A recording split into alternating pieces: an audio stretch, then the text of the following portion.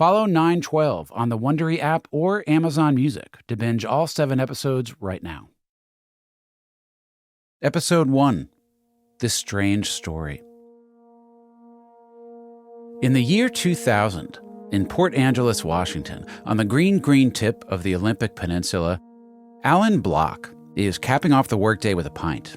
All right, a pitcher of whatever they got on tap that night. And I'm sitting there in the local Coast Guard bar, right next to the Coast Guard station, a bunch of Coasties drinking in their uniforms. Alan is in his 20s, and at the time he is living on a boat, running charters across the strait to the San Juan Islands or Vancouver. He's been going through a rough patch, his own stormy waters. I had a falling out with my birth father. I had a horrible relationship go horribly wrong, it was all bad. Everything was bad. So Alan's nursing his drink and flipping through a sailor's magazine he bought off the rack at the local marine store, and he comes across a classified ad in the back. It was like an ad, I think it had a little picture of the Endeavor, which is like one of this very classic looking square rig ship from the 1700s, looks like a little kid's idea of a ship, and they had a little picture of that, and it said, have you ever felt like you should have been in the 18th century? And I'm just kind of sitting there reading and hanging out, and I penned a response to this call for essays, 500 words about why you should have been in the 1800s. And I got picked. Alan landed himself on a reality show called The Ship.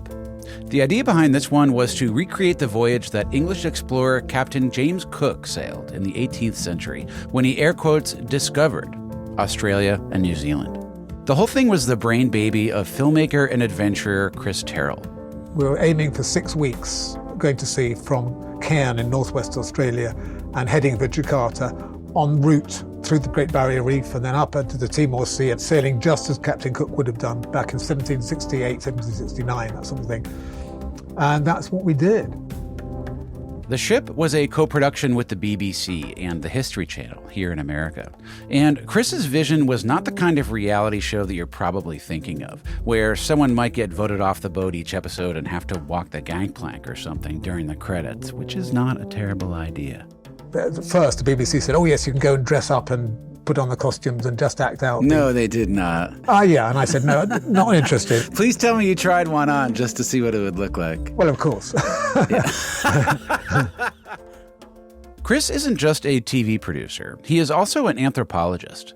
And he wanted his show to explore how a crew from today would handle the storied voyage that Cook had taken, replicating it in as much detail as possible, especially the deep isolation of naval exploration at the time. We didn't have computers, we didn't have phones, we didn't have email, we're not in contact with anybody. We entertained ourselves, we sang, we told stories, but actually just worked bloody hard. In late August of 2001, they set sail from Cairn, Australia, with 56 cast and crew aboard an almost exact replica of the Endeavour, Cook's original ship. To raise an anchor that weighs that much, you needed, half the crew walking around this thing. It's called the capstan. Melissa Holmes was a crew person on the show/boat, the showboat. And that's how the anchor gets raised. And if you don't have all 50 people walking around this thing pulling up the anchor, you don't go anywhere. You've got 60 people condensed into this just tiny little space. That is Mariel Hohaya, another crew member. Turns out it sucks being an 18th century sailor. When you're sleeping, you've got 2 sets of feet on either side of you in other hammocks. There is just no room. They were trying to recreate history, and in history, what they had is barrels of the worst food known to man. And I'm not joking. Biscuits, hard biscuits, salt pork, salt beef. I got really good at eating a mostly rotten banana. It's hot as balls all the time. You're in the tropics, so you're sweating all day. There's no way to keep clean. You can dump saltwater buckets over yourself all the time, but you're dry in 30 minutes and now you're covered with salt crystals too. But it wasn't all bad, being cut off from the rest of humanity. In its own way, it was wonderful. What happens is when you're out of contact with the world completely, the rules of the world change completely. You can watch, they wake up on that 3rd or 4th morning, depending on the person, and you see the eyes change. It's just like this acceptance. And the troubles of the world fade to nothing. And all the things that once consumed you, none of it matters. Like only the very basic social norms remain, and everything else becomes subsumed by the experience. And then there are all these little things that happen, like colors get really intense because you're seeing the same colors all the time, the same color of water, same color of air, same color of sky, same color of ship. So anytime that a color does pop out, they bring out some Coca-Colas for a treat for us or something. Like the red is so rich, We're in this very pattern-driven life, patterns of the waves, patterns of the clouds, sound of the waves. You go up one wave, you slap into the other wave. You go up one wave, you slap into the other wave. And but for one satellite phone that the captain had for emergencies, no contact, no news, their own floating bubble. Go up on one wave, slap into the other wave.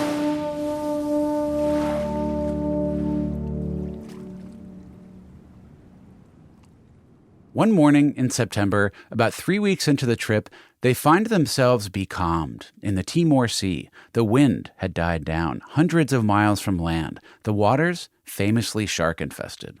9 or 10 o'clock is the morning change of watch, okay? And that's the one where the captain, who is about 5'2", with a tiny bald head and this gigantic loud voice. And usually the meeting is, "Thank you for gathering. We've got some weather coming in today, but likely continued good sailing conditions. For lunch is salted beef. For dinner is salted pork." That was the morning meeting. No big deal, right? Well, this day started differently. We thought we thought it was more of a public flogging. Mario and a shipmate had broken a bunch of safety rules on camera the day before while trying to catch a 30-pound barracuda. So when everyone was assembled on the quarterdeck, Mario thought that the captain was about to chew them out. And we were, sort of our heads were right down waiting for the whip to come down on us in front of everybody. And then he just proceeded to tell us this strange story. Sorry to wake you up so alarmingly. What I'm going to tell you now is going to shock all of you. This morning, American time, 8:30, the 737 was flown into one of the Twin Towers at the World Trade Center in New York. It was full of passengers. It was hijacked. 20 minutes later, another airplane flew into the other Twin Tower. That one was hijacked as well. About 2 hours later, an airplane flew into the Pentagon, full of passengers, another hijacked. And a fourth airplane was crashed in Pittsburgh, with undisclosed number of people dead. Shortly after the one in New York, the Twin Towers collapsed.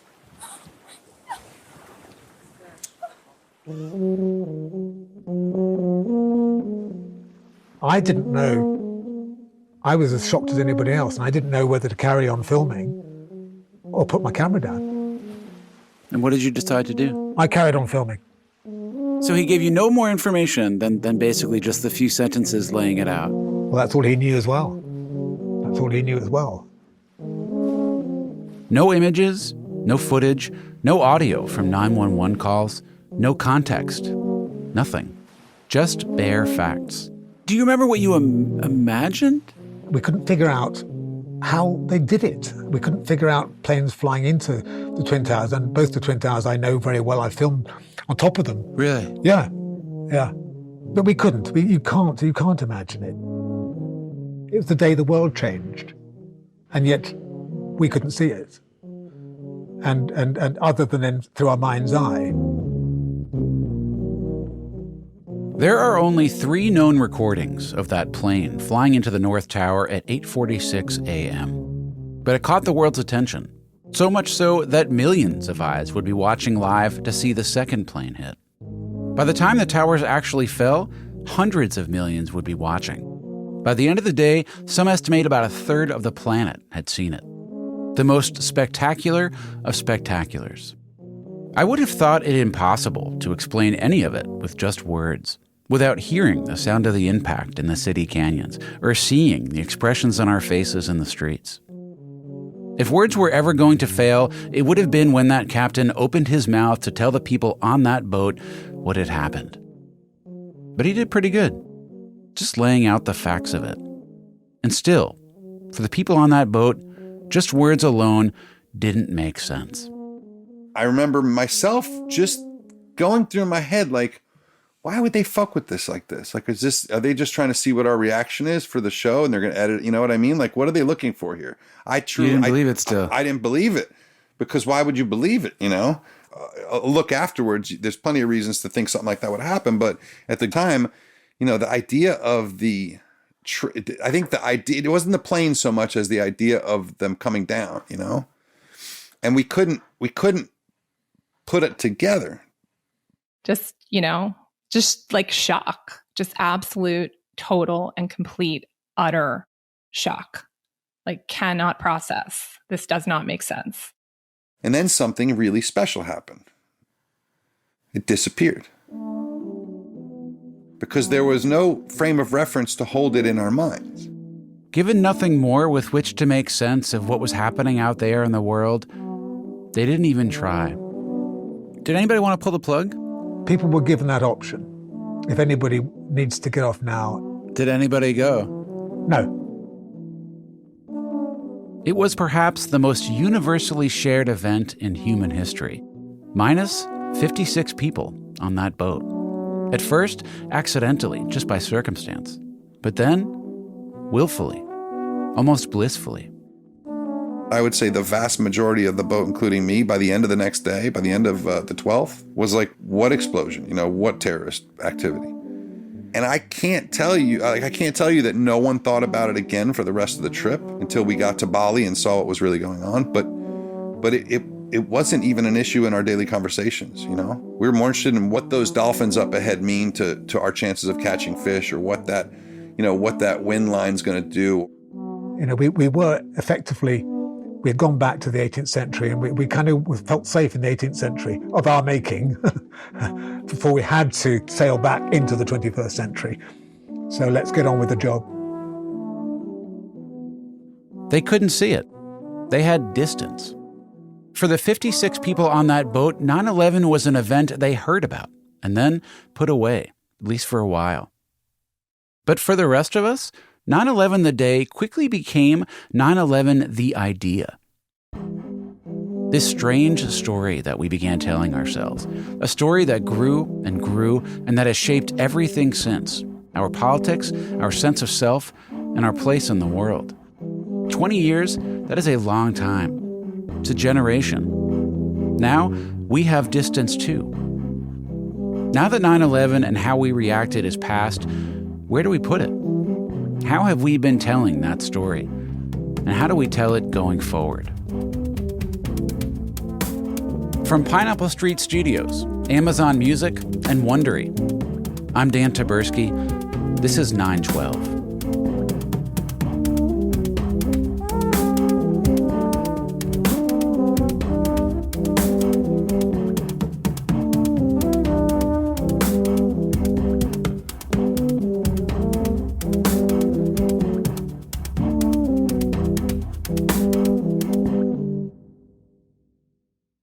When you're in a low point, you might feel alone. But over 50% of Americans struggle with their mental health. It can be a drag to try to get out of your own head and ask for help, but we all need help sometimes. And asking for support when you need it is the first sign that you are stronger than you think. And Talkspace can help you do that.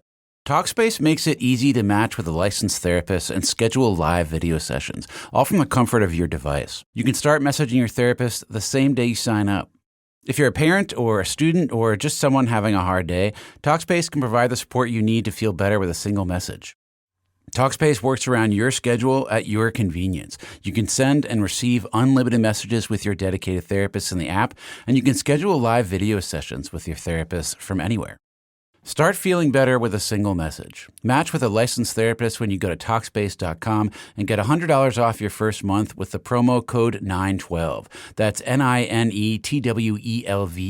912. That's $100 off when you use code 912 at Talkspace.com. The folks at SimpliSafe have got something new for you. SimpliSafe just launched their new wireless outdoor security camera. SimpliSafe, the system that U.S. News & World Report names Best Home Security System of 2021, just got even better. This brand new outdoor security camera is engineered with all the advanced tech and security features you want and need to keep you and your family safe. It has an ultra-wide 140-degree field of view, so you can keep watch over your entire yard. It has a built-in spotlight with color night vision. It's also super simple to set up and usually just takes minutes. It has an easy-to-remove rechargeable battery, so you don't even need an outlet, and it can pretty much go anywhere on your property. To learn more about the exciting new SimpliSafe wireless outdoor security camera, visit simplisafe.com/912. What's more, SimpliSafe is celebrating this new camera by offering 20% off your entire new system and your first month of monitoring service free when you enroll in interactive monitoring. Again, that's simplisafe.com/912. One more time, that's simplisafe.com/NINETWELVE 912. The posters begin going up by evening time in Manhattan. First just a few, then all of a sudden, thousands. On the sides of buildings, outside hospitals, inside subway stations, blooming in clusters, like mushrooms. Except in these missing posters, the last seen at line was never like last seen on Church Street in Chambers or last seen in Tribeca. It was last seen 79th floor, South Tower, or last seen North Tower, 103rd floor. Latitude and longitude were no help. It was elevation, how far they were from the ground, how many sets of stairs they would have had to have walked down. That was the clue. The first missing sign that was posted was reported to have been for a man named Roger Mark Rossweiler. Missing, One World Trade Center, 100th floor. That's the text. Over a smiling executive in his 50s, graying hair, and a dark blazer.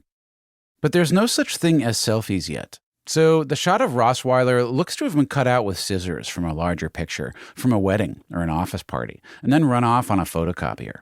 No matter how burned in the brain the day's visuals would become, it was still low res, fuzzy around the edges, even in the moment, as it was happening. If you had let your eyes float among that sea of missing posters at the time, you would have seen one with a picture of a young man, a black guy in his 40s, full beard, collared shirt, sweater. When did you start to think about, where's my brother? Immediately. Because I knew that, damn. I mean, he frequented the World Trade Center and the surrounding areas, like he could have got caught up in that. Jonathan Sims had already spent a lot of time over the years wondering where his older brother George was. Growing up in Newark, Jonathan says, they always got along. He protected me, took up for me, looked out for me, got on my nerves, knocked me upside the head a few times. Typical brother. As they got older, Jonathan says that George began having mental health issues.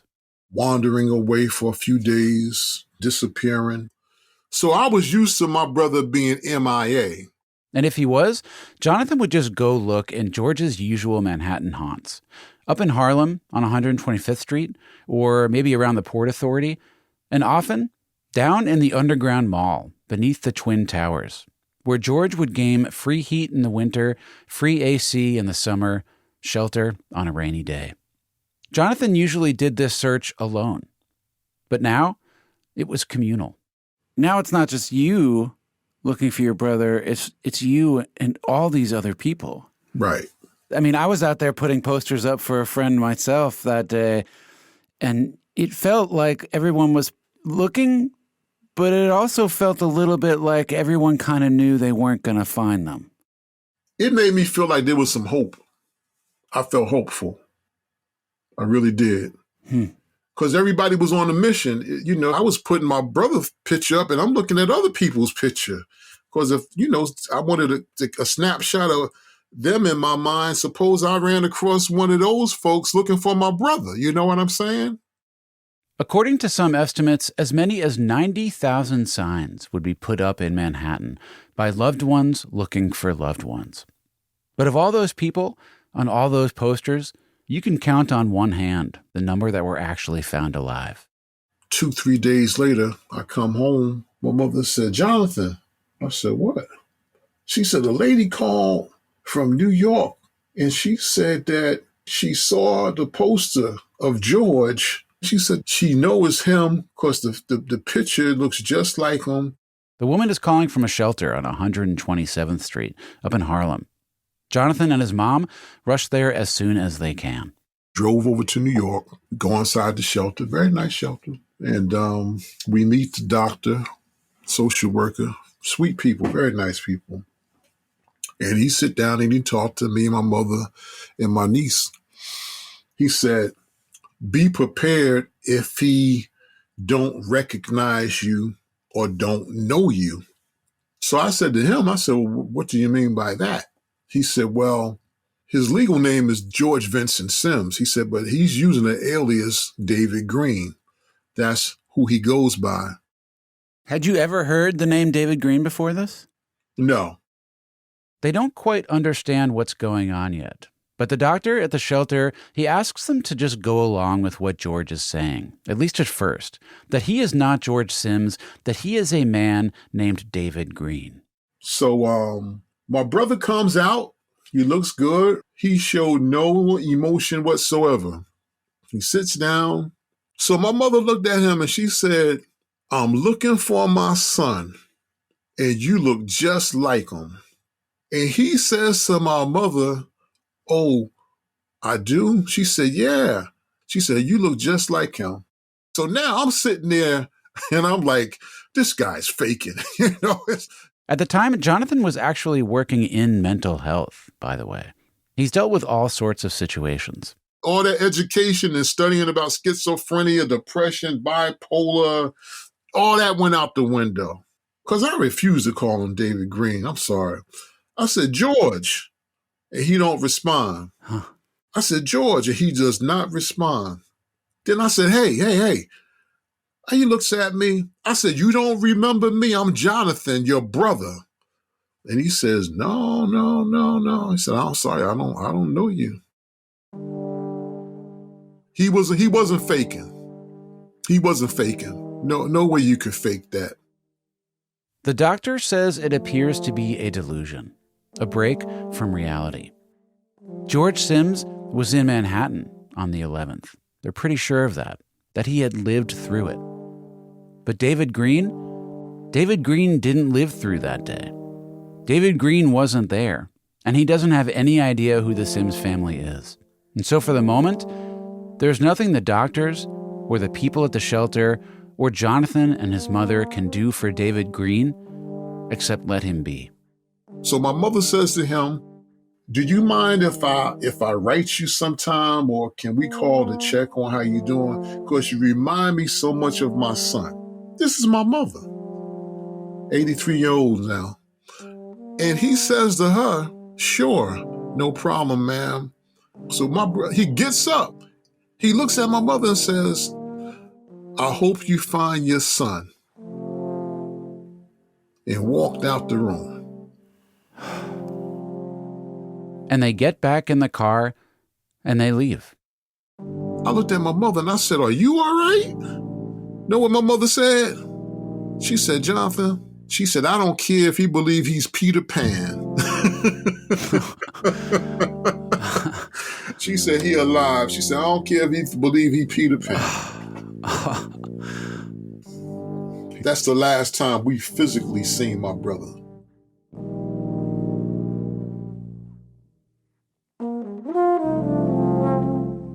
Never forget.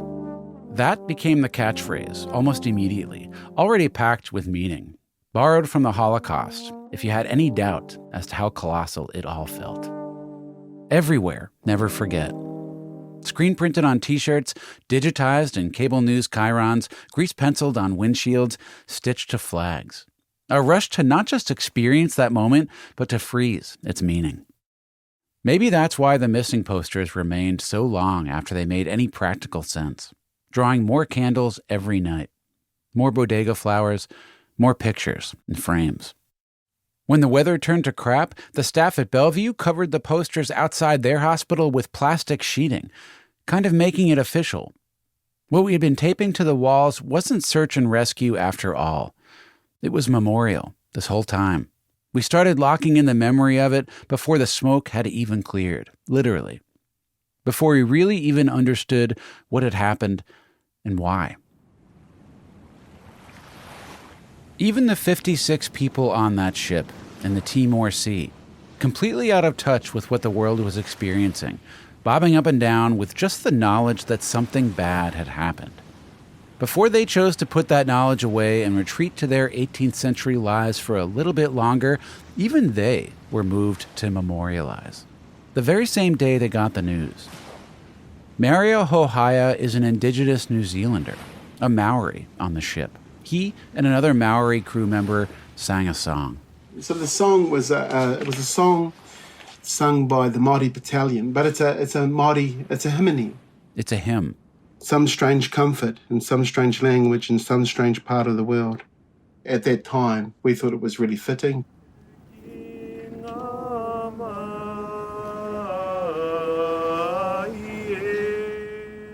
Now, with a little distance, the irony is almost too much to take.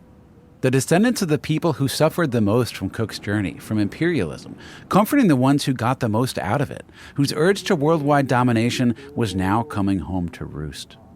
But that kind of talk would be for other days.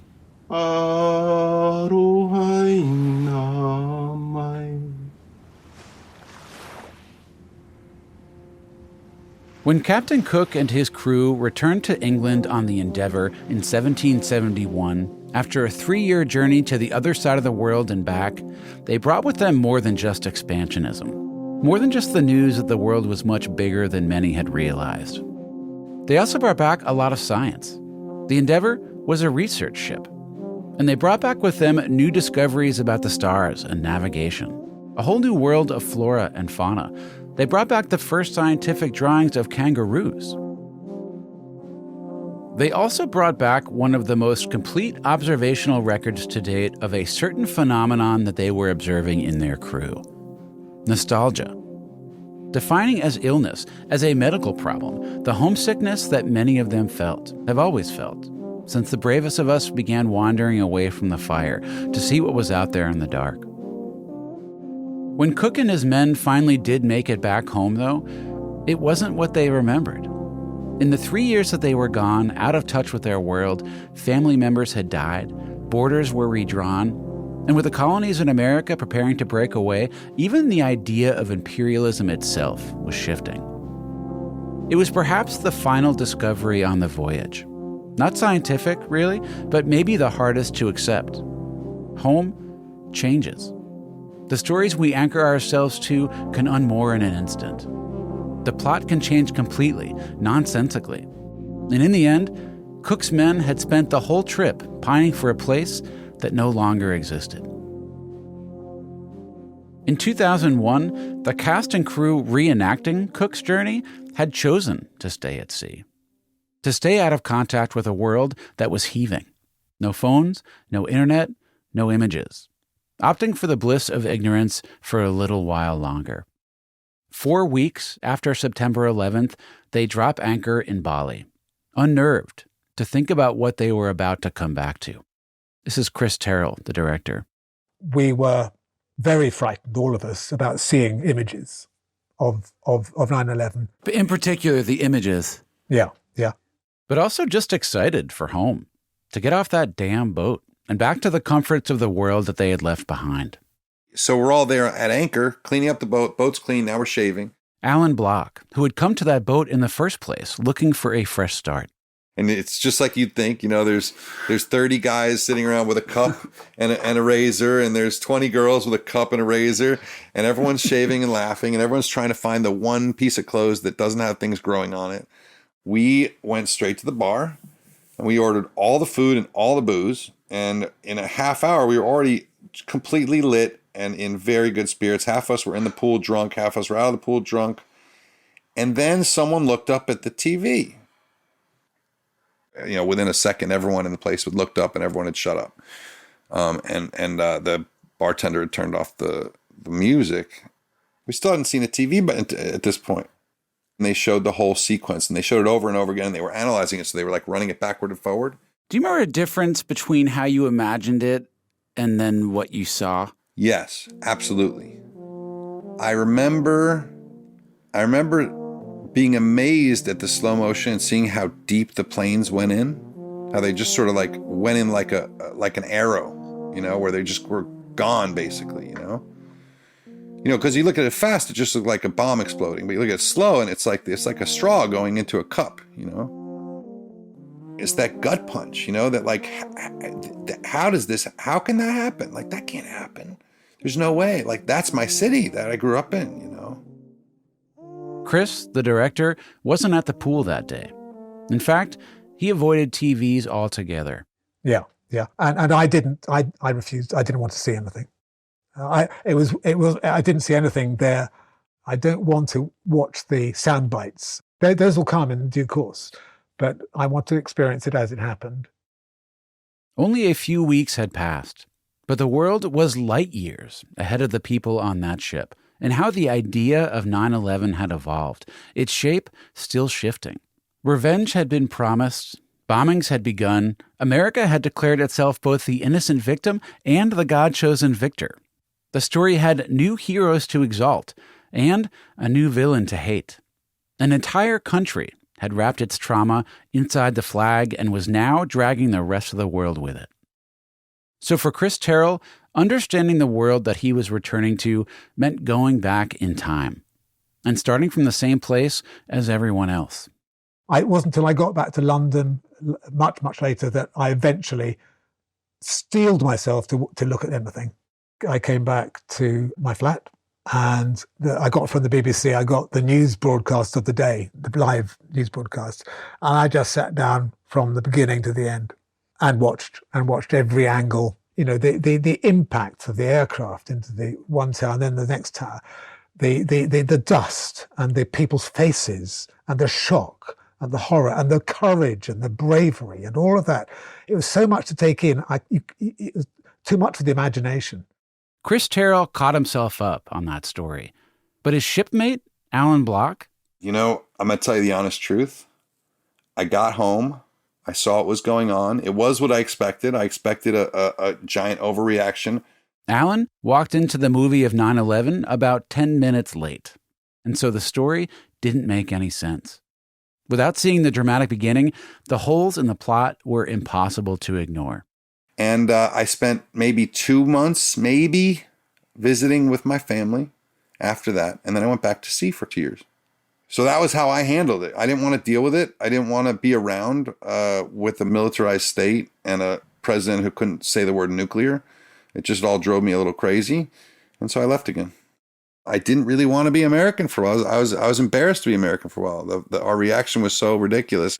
Whether it was 1700 or 2001 or 2021, there is no better place than the sea to escape the horrors of our earthly lives.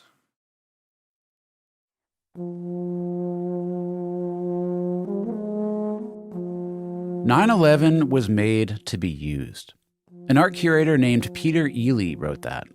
10 years after 9/11, mind you, to have said it in the moment would have been impossibly cold. But now, Made to be Used captures it perfectly. How 9/11 the day so quickly became 9/11 the idea.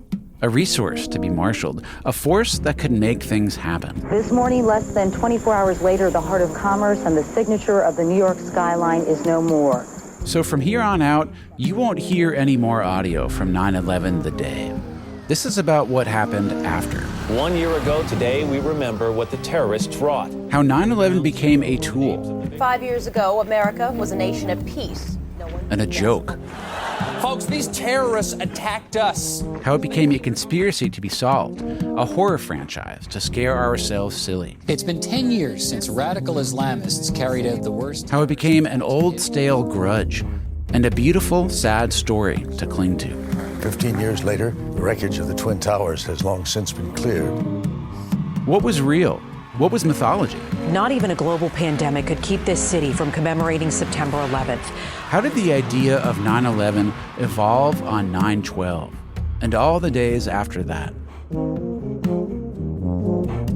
Coming up on 9/12. Everything that's happening now is bananas. Sandy Hook is bananas, Flat Earth is bananas, QAnon is bananas, and I realize there's some people that are probably like listening and rolling their eyes like, oh yeah, how convenient that you think all those other conspiracy theories are bananas, but you don't think your own pet theory is bananas. First of all, I don't fucking know what happened on 9/11. How long had you been thinking about enlisting before you actually did it? I hadn't thought about it at all. Like, it is that immediate. Yeah, somewhere in those first hour, plane crashes, I say I'm going to join the military, another plane crashes. For me, American life wasn't anything like it was being promoted by our president. I mean, it was really easy to say, you know what? Fuck this, I'm with the terrorists. I just started making phone calls. I just went everywhere, you know? Yeah, my name is Mo Razvi, it's not Muhammad. Because every time I said Muhammad, it was like another brick wall. This hope that if the disaster is big enough, if the tragedy is big enough, we will snap out of it. Whatever it is for each of us, we will snap out of it. What a difference a day made. 9/12 is produced by Courtney Harrell. Our associate producer is Natalie Brennan. Our researcher is Jessica Lussenhop. Our senior producer is Henry Malofsky. Joel Lovell and Maddie Sprung-Kaiser are our editors. Production assistance and research by Maria Alexa Kavanaugh. Fact-checking by Sarah Ivry. Original music by Daniel Herskadal, with Espen Berg on piano and Jakob Janssen on drums. 9/12 is written and executive produced by me. I'm Dan Taberski. Jenna Weiss-Berman and Max Linsky are the executive producers at Pineapple Street. For Amazon Music, our executive producer is Morgan Jones. Marshall Louis is the executive producer from Wondery. Special thank you to Jonathan Lamb for conversations that helped us shape this episode. Music licensing by Dan Kanishkawi. The next episode of 9/12 is available right now, or you can binge all 7 episodes on Amazon Music or with Wondery Plus. Lord, what a difference a day makes. There's a rainbow before me. Skies above